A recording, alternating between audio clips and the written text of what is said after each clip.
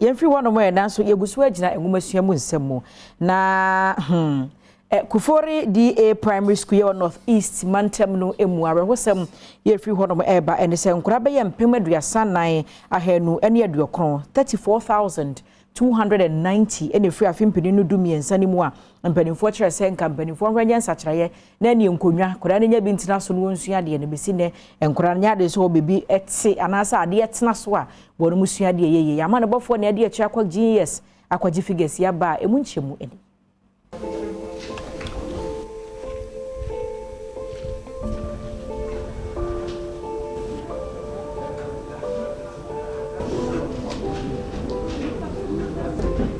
Are you all clear? Yes. Good.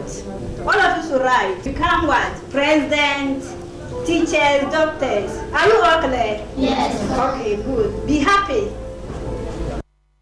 Kufori DA Primary School wo etifedo epo ye mantemu a emfa ho se Ghana Education Service eji school yuto mu afimpino ene dumi ensemu baabi ya adusuafo tie a wusua de no ahomete no kure wo mu ne se emofra empem aduasa nan ahanu ne aduokron 34,290 ene wo etifedo epo ye mantemu a woni nkonwa wotena so esua de e wo school dem mu saa hwehwemu yi Ghana Education Service no ankasa ene yeye yenchichemu wo mansirimu ne yenhwe ohawa adesuafo FM okobumpurugu na mpandori mansirimu a emofra empemunsia ahasa ene adusia 6,360 ene eni akonwa wotena so ewo suku mu isman prosi mansirimu so emofra empem nan ahankro ne aduson 4,970 ene eni nkonwa wotena so ewo suku mu Westman prosi so saha emofra empem nkono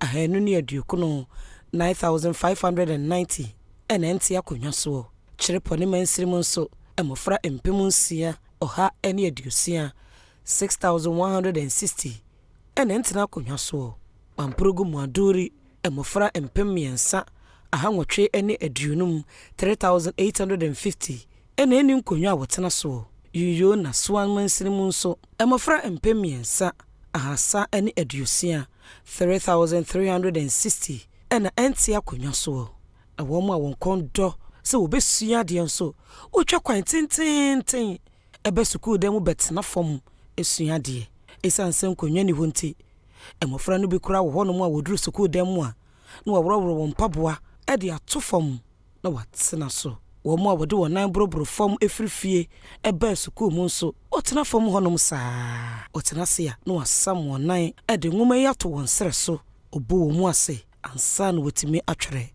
enne ye dwada adesuafo yi atena school dem don hwiremienu pe nanso ohun nyina na aye poto no esanse efom ene anwemu ena wo mo etie nanso won paba wabo wontirimpo se kwan bia so no obesua de no wasua ne yie nanso obehye won ho so a kosida ben etoda na won hu de wanya won ho kra Emmanuel David ewo JHS 2 na esanse wo mo babo won ho akotwere ensohwenti ayam hihie ne wo ho nanso ni suro ba akopa ene se si etena fom sam ne nan ewo school dem musua de no enti saa no wo ba beye e de akotwere ensohwe yi ana ne papa bo modin a eto plastic chair mano se won fa nko school nanso plastic chair yi ebu senti agese fom wa no tena etwere nsohwe anase obegina ntentene saa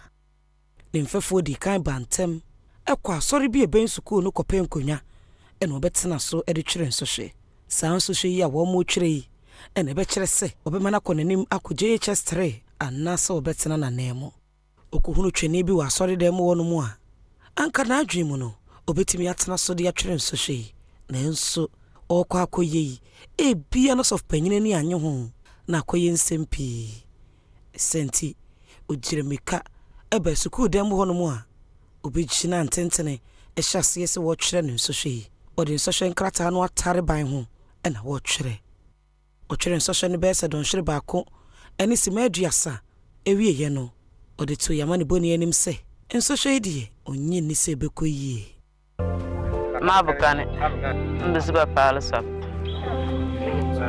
libomura na esanse na wontimi enka brofo ema yente ase enti me ye madwen se ene nguma na ekura no no onkenkan mi enti ye. This book consists of two paper,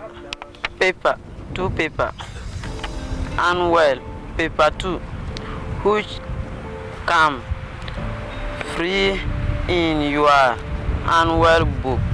Enye imano nkroa na ntimi nka brofo one ne mfefo pi ntimi fa brofo enkyerechire wasem mu. We don't have building and chair. We don't have unit room and toilet room. We don't have teachers. 9 soldiers, 2 teachers.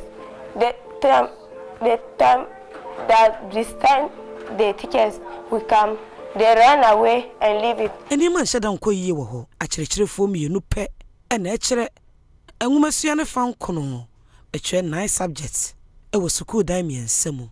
He woni textbook bia Mary Takpa e kyerechire ni wo ha odi ni free tamale ene born abaso se wo meye headmistress nanso obedru school mo wo shete bia school fo wo mu no a eye na hometse. I even regretted for coming home because when I was in Tamale, I was enjoying. But when I came here, actually, you can imagine that it will come to a time that they will call us for workshops, my assistant and myself. One will go, nobody will be here to take care of the students. Said the young messia akwaya tete, ya enkoye, e watifido epoye mantemono. It was senkeni any mu ya. Abai huni say yasim here, no kokoye womumwa, nenso. Abai be hunu sa, ebre. Ene betchwe Saman boy Jojo Kobna ene de Adom Kasee